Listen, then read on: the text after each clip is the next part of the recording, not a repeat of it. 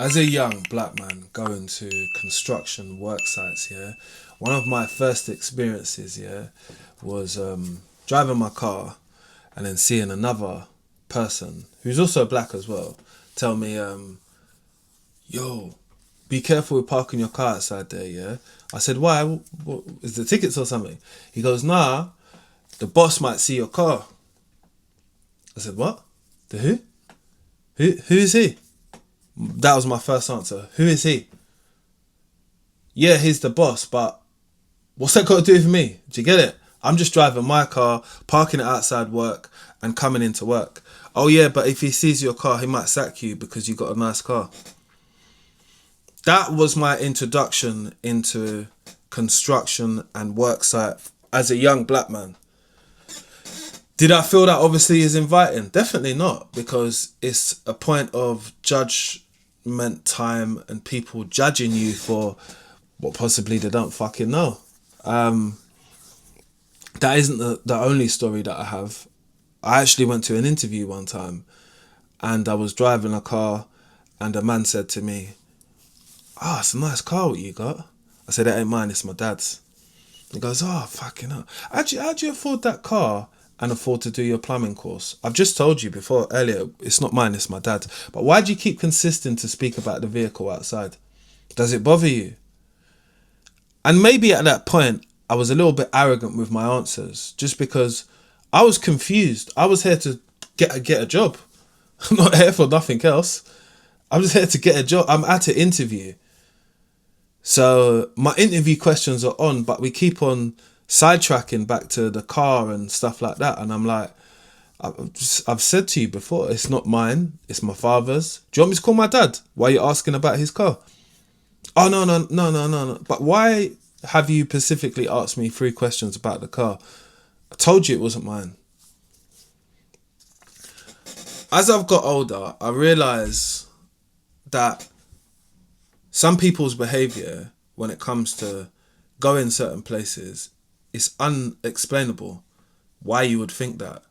What gave you that thought to think that you should ask me about something personal, and as a younger adult, I'm not going to reply in a way which is like, mind your fucking business.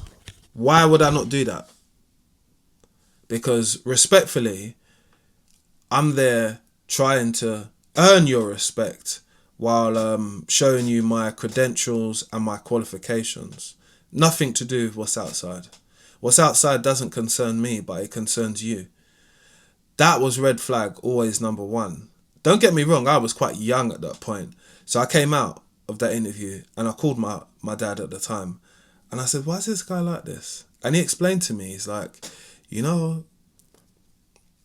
some points you even get some black people that hate on you or not like you because of the things you got, because they want to be the only chief in the village. I'm like, fuck. Is that how people... Is this what this work thing's about? Raw. That's mad. And I know you might think to your head, well, what car was you... I was driving a Range Rover Sport. It was a supercharged one, yeah? This was like back in the day. I was... How old was I? 19, 20? Maybe 19? Again, I possibly looked young driving the car, but what can you do, innit? It's just a vehicle, innit? It's not where I live or something. It's just a car. So I don't understand what the fascination was with it. I couldn't grasp it because, again, we was here on business, right? So why are we straying? And again, with the first one, when I came to the job site, when the guy told me, don't park your car there. I had a different car at the time. Don't park your car there because the boss will see your car and he'll fire you because he'll think that you're making too much money. What? The fuck? But I ain't even spoke to him. I ain't even done any work. I ain't even done anything to him. But someone will see what you're doing outside or see what you might have and come to assumptions. I know all adults do this. They assume that you might have got that in a different way. They assume that you don't need this job because that's why you got that car. I've always known that assumption is the mother of all fuck ups. You assume things about people when you can ask direct questions. But again, if people refuse or don't be so open to answer your question, just drop it, leave it. It's a lesson for adults now, because we realize why sometimes the communication level has dropped between generations. Do you get it? You got some generations, the older generations, the 50s, 60s, that will say they don't understand the 30s, 40s, but we were born at different times, innit? What you feel is acceptable to say to me on first meetings is not something I would say to you. Respectfully, I'm a person who I like my space and like to, if I wanted to tell you whose car it was or my car, I would tell you. I would go into detail because I have nothing to hide. But I also understand that I am not here to be probed about something which is not up for discussions. Like a personal car or something, it's not up for discussion. That's it. It's my personal, how I could have got the bus here. Someone could have dropped me here. I could have rented that car just to come here. But what has it got to do with the situation? Nothing. It's not general breakout conversation, because it was to the point of, how do you afford this? How do you... And the weird thing about the second guy, who was a black guy, like I've said to you, he said to me, you know, how do you afford your plumbing course? And a fool would know that all plumbing courses are free by the government. I was at that age where I was not an adult legally, and I'd already been qualified. So it's like, how do you afford that? What are you talking about? How do I afford that? You're the director of your own company and you still ask me that. And I came away from that thinking, bro, man, we're in a fucked up world nowadays, because what people see and what people's interests are, it is two different things. Again, I thought we was just focusing on just getting a job, getting our foot in the door. But this person's looking at other things which are going on around us and picking them out. I don't know if they're trying to make a thing out of me. I wasn't really sure at the time. I was young. So again, I wasn't studying people or looking at people like the way I do now today. It was a lot different, because I don't know these people from no one, innit? So why am I trying to judge you for being a certain way? It's only when I explained the situation to my dad's like, yeah, you know, some men are like that. I'm like, swear down. Swear down people are like this, man. What for what? Why? He doesn't know me. He doesn't know. Why would you be like that? Boy, it's just like the way it is. And those are some of the realest words that my dad's ever told me. About especially other black men who look at you in that type of way. The other person we was talking about is a white person, so I want to make it always even, you know. But I definitely say that going into workplaces as a young black man, I've had more friction with white males inside the workplace. You know, I had one once. A guy said to me, I said, I was the supervisor of a site, so I've got a couple people working for me. He said to me, how are you finding it? I said, do you know what? I feel like this person, this individual who I've got to report to, makes my job a little bit harder than what they need to. Oh, what, you think he's being difficult with you? Well, I don't think he's being difficult. You know he's difficult, but I'm just voicing it to you. Oh, do you think he's being difficult because you're black? It's not what I said. I said being difficult. The word black or my colour doesn't come into it. Oh, because I just want to let you know, Jay, I'm not racist. I said, oh, I never asked you that. But I definitely can't talk to you about nothing now. Because I was in my 30s by then, so not too far off the age I'm at now. And I said, wow, really? Really? You're not racist? Why would you feel the need to tell me that? You know, that's all I've got to ask myself is, as we know, as we get older, individuals who are guilty of the things what they do are the ones who try and claim it's not me. No, I didn't do it. It's not me. I couldn't have done that. It's not something I do. No, you know, we used to do the Carolina at the local pub. Oh, Carolina. Mm-mm. You know, that dance. They used to do that. They told me you can't be racist. So I said, all right. Oh, I'm not judging you. But one thing I'm not doing is having any further conversations with you about race. Because what do you know? Respectfully, you're a white male. It's not to say just because your skin's white, you know nothing about racism or classism or whatever it might be where someone wants to say something else, because deviating is always the plan with those people. He couldn't say he didn't say it. He just never admitted saying it again, but even saying sorry about it at the end of the day. Because if somebody admits to something like that, that's them taking accountability. I don't expect someone of that level of IQ to have accountability on any actions what they do. So after those situations, I always had recurring situations which were in between. And some of the recurring situations was I was working at a famous art institute, again as a supervisor. Had a word with one of the employees, and this was like near COVID time, and she said, we're doing a form to do with coming back to work. And I said, oh, okay, interesting, because I've not left work. So I'd been working during the time of COVID, but just doing a couple of days and all that. So it was never off work, innit? So I mean, always got paid for it, right? So I'm like, that's weird. She goes, why is that? And I said, because we're at work, innit? So how can we coming back to work? That doesn't make sense. Anyway, I just wanted just to be funny with her. The sheet read, if you identify as blame, as this, as that, and I said this before, on the sheet there was no outlining of identifying as white. Why is that? Was these sheets made for people of colour? I don't understand. And I had known that before I got there, I had another guy I met there who told me, you gotta watch out for these people, you know. They are racist.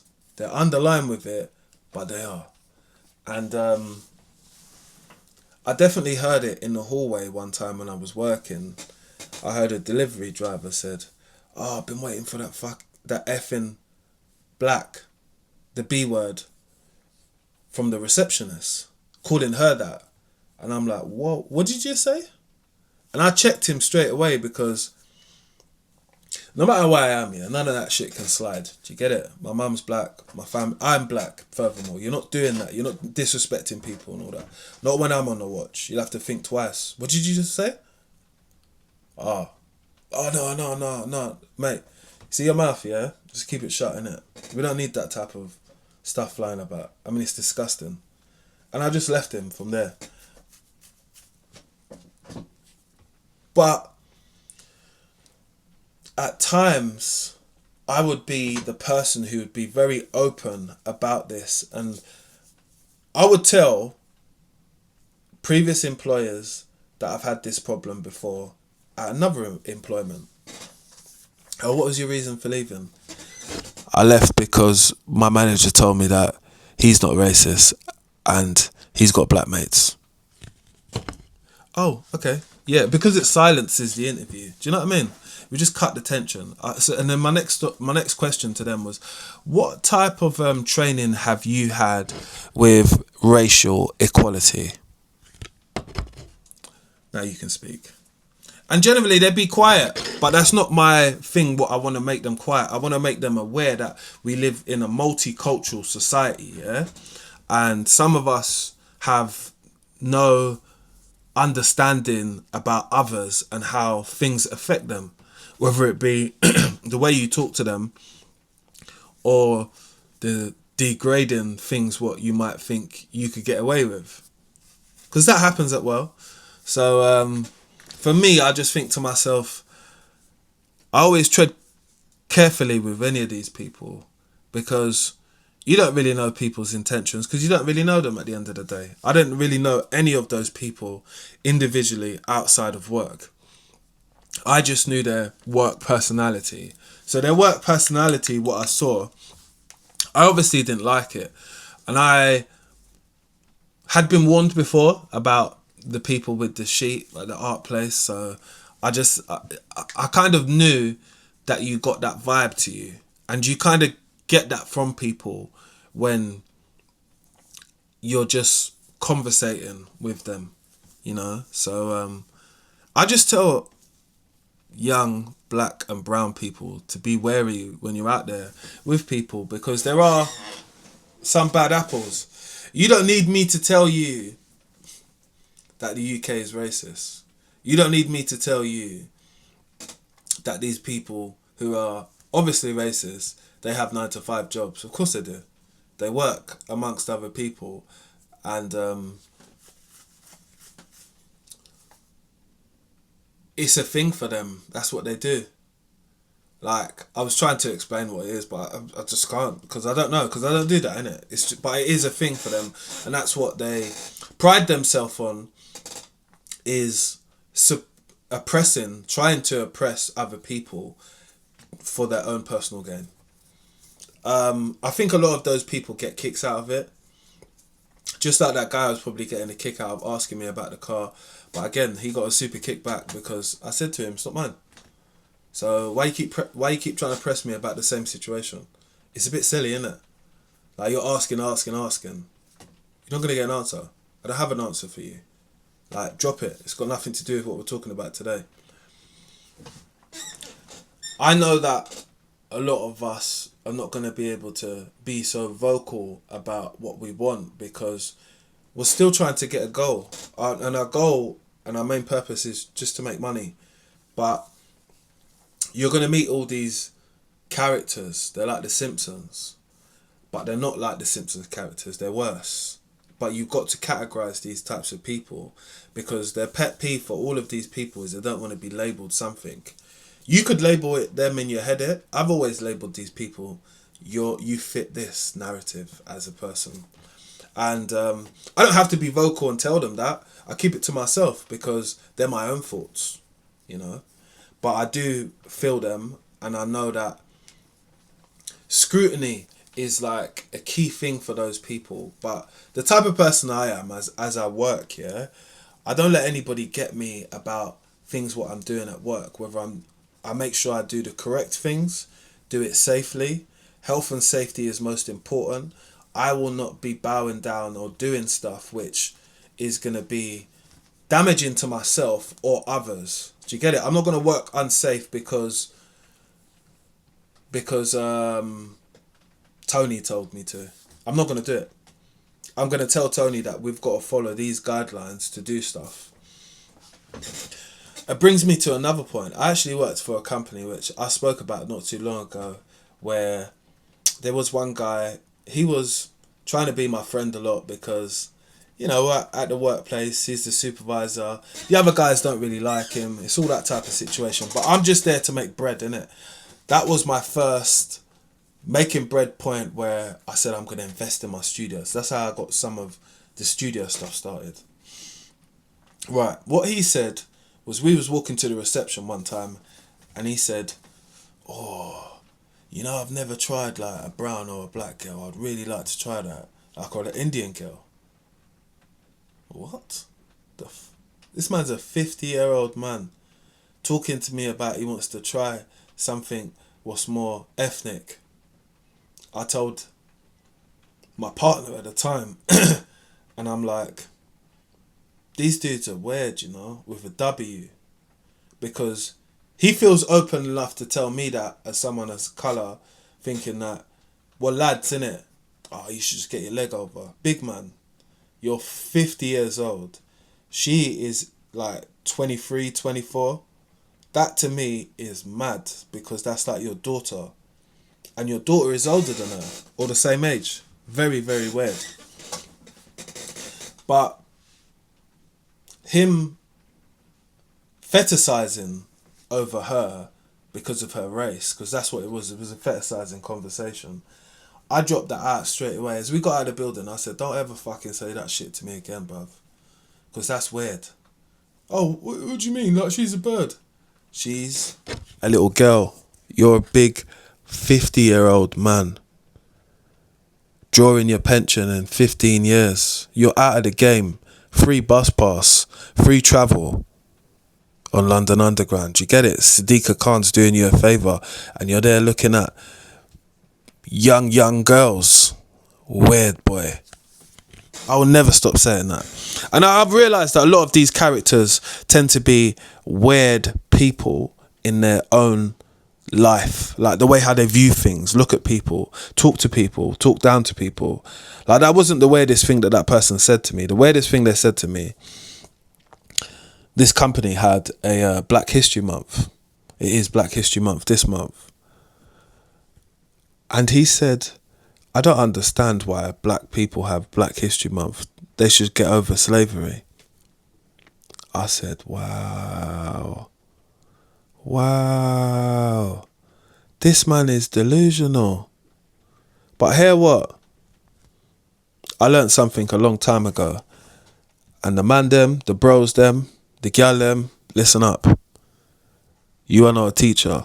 You do not need to tell people about shit what they don't know about. If they've got a smartphone but they act dumb, just understand they got a dumb phone. They ain't got a smartphone. Because all these things are available on Google. Why we feel sometimes to reiterate history and teach people a lesson, I don't know. Because some people are dumb, and leave them where they are. If they wanted to learn something from you or from somebody else, they would have watched the documentary. You don't need to enlighten them. You don't need to start telling them what you know. You just need to leave them and say, this conversation is not for me, and it's not for me to participate in, because it's not going to help. You know, you're at the age of 50 and you think that. So you've been to school, you've been to college, you got married, got divorced, had a child, had a smartphone, had the internet, maybe travelled to Spain or something like that. But you've travelled in it a little bit, so you know the earth is not flat. Do you get it? Like things like that. Like this is just common sense, but I understand that so many people are just removed from the realization of what is life and what has been happening on earth, that they don't care to find out. And which, hey, I'm not here to teach, you know. You can teach to people who you want to, but me personally, I just feel that it's a waste of breath to a dumb person who, if they wanted to know, they would have kind of found out before, you know. And I get it, some of them just don't want to know, which is fine as well, because every day shouldn't be a lesson for those types of people. They're trying to wind down in life. So forgetting information and forgetting to do their shoelaces up is part of the day. It's just a ritual thing. It's just something which you've got to come to the acceptance of, being able to turn off your ears. That is my next skill, which I'm going to get for being around most of these individuals. Because again, life doesn't throw us these curveballs and not expect us to catch them. If I learn how to turn my ears off when I'm around these people, I'd be a lot different, you know, because I'd be less opinionated, but I probably wouldn't be myself, to be honest. So those people make great content to speak about, and it's only when I started embarking on this journey of enlightening people on what's really good, man, what really happens, and the reality of what happens to me as a young black man when I go to these sites through my experiences. And they're not like, it's one told story, but most of the stuff has happened to me. And you're supposed to pull your boots up and just keep it moving, innit? But you should talk about this shit. You know, like this is people's cousins, people's uncles, someone knows who are out there that has this idea and thinks like the way they do. Again, I wouldn't let 10 or 15 people stop my dream to where I need to get to. I was going to say 1 or 2 people, but it's gone past 1 or 2 people. I wouldn't let 10 or 15 people stop my dream. Neither would I let 100 people stop my dream. I'm still going to live my life for how I want to. I'm still going to pursue the career which I want. I'm still going to do it with excellence, and I'm going to do it with a smile on my face, because the yard man said, you must smile at the P them in the dance, so them see a fierce. And them see my face and they can't get rid of it. So they're going to be just like my favourite DJ said, Vibes Cartel, them I got tired, fi see me fierce. Boom! Not going nowhere. And I'm also going to tell the story about it as well, because I feel that telling the story creates a level of understanding for the younger generation, because you don't get to hear these types of things unless you was there. Do you get it? You have to be there to be present, to know what it is. And I guess that a lot of us are not going to get there until it's too late. And when you get there, you're going to think, fuck, I didn't even know these people are like that. Just like the times where I've been hearing many stories of TikTokers who are young content creators, but they're like young black guys. This guy had a video and he said someone called me the N-word. I've never been called that at work by someone to my face. Probably to my back, yeah, of course. Come on, people be chatting and they be chatting wild. You know they chat wild. You just don't know when they said it. So I'm not trying to say every person says that, but anyway, this person had it said to him. The other person said it's just banter. If people haven't grasped my personality already, I'm quite serious, but I can throw a joke in there. Yeah, I don't mind joking about, but the seriousness comes from just me respecting myself, and I'm a big man now, so nobody could be calling me them types of derogatory words, because, you know, black belt. Do you get it? Go gym often. Do you get it? Waiting for a chance. You get it. But how do they deal with it? Because violence isn't always the key. Neither is putting up with that bullshit. But there is not, and I've said this before, any like red card system which lets people know that this person has behaved in this way and they're banned from X amount of sites. I've always thought that should happen. And, you know, if I could be the advocate for sign up to this petition of, if racism of these things happen to you, people should get a red card. The people who done it. There should be a private investigation into it, because it stops us as a community who are a minority getting into the industry through the experiences. I've been speaking for 27 minutes about my experiences just on what I can remember off the top of my head.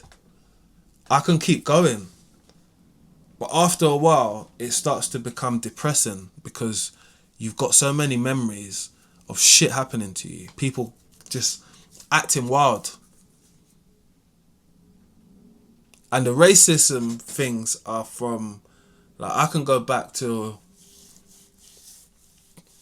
when I was about 19 I can go back to. I can go back to a very popular company who still operate now as like mechanical engineers and stuff like that. The guy said to me one time, "You make a lot of money for a black boy here at this company. I think you're one of the highest paid. What's that got to do with anything? Why can't I just be someone who makes a lot of money?" But he's got to add in that. You guessed it, he's a South African youth. You should know what South African, them types of men are like. Very, you know, very racist. Yeah, I'll just say it. Very racist. But avoid these people like the plague. Understand that you as an individual never have to put up with people's behaviour like that, because it's not acceptable. Neither should it be invited to anybody's workplace. Culture at the workplace always starts with the company at the beginning, you know. If your company at the beginning have no rules when it comes to people behaving in that mannerism, saying out-of-term things, racist terms to you, guess what? There isn't anything going to be done. They're going to try and get rid of you because HR is going to say, instead of them taking us to court, let's get rid of this guy because he could be a problem, or girl. So just bear that in mind, innit? And anyway, if someone does do that to you, make sure you record them and make sure you got all the facts and people writing statements for you, because I would tell you from now, take them to court, blast them for their pocket. That's on God. The only reason why I didn't start doing that to people is because personally I felt like I didn't have enough time. But I always said I would document my journey and be so transparent about it. And they're some of the places where I've had it. You know, I could make part 2, part 3 of this video. I mean, I could keep going, but I just want people to know that they will never stop me. And they should never stop you neither. If it does happen to you, you know, we've got thick skin as people. But we can talk about these things, because sometimes it's only words, they're not going to break you, but words do definitely hurt at points. But don't let them have any energy, any of the words, what they say. Do you get it? And the most important thing before we go, need to get some new batteries, is you subscribing to the channel. Yeah? Appreciate everyone who sticks around and is just interested in these conversations, because for one, it's me opening up a lot. Yeah? At the stage I'm at now, some people say you shouldn't say the things what you say, but I have a platform. I don't have a platform to be sensitized by anybody on real life reality things which happen. And as a young black man that's in construction, those things 100% happen. It's just most of these other people think, oh, my brand, my this, my that, I don't want to say that. Shut up. Shut up. That's why we're not following you.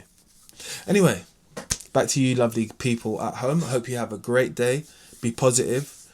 No one can't stop we. And subscribe. Once again, subscribe. Let's get it.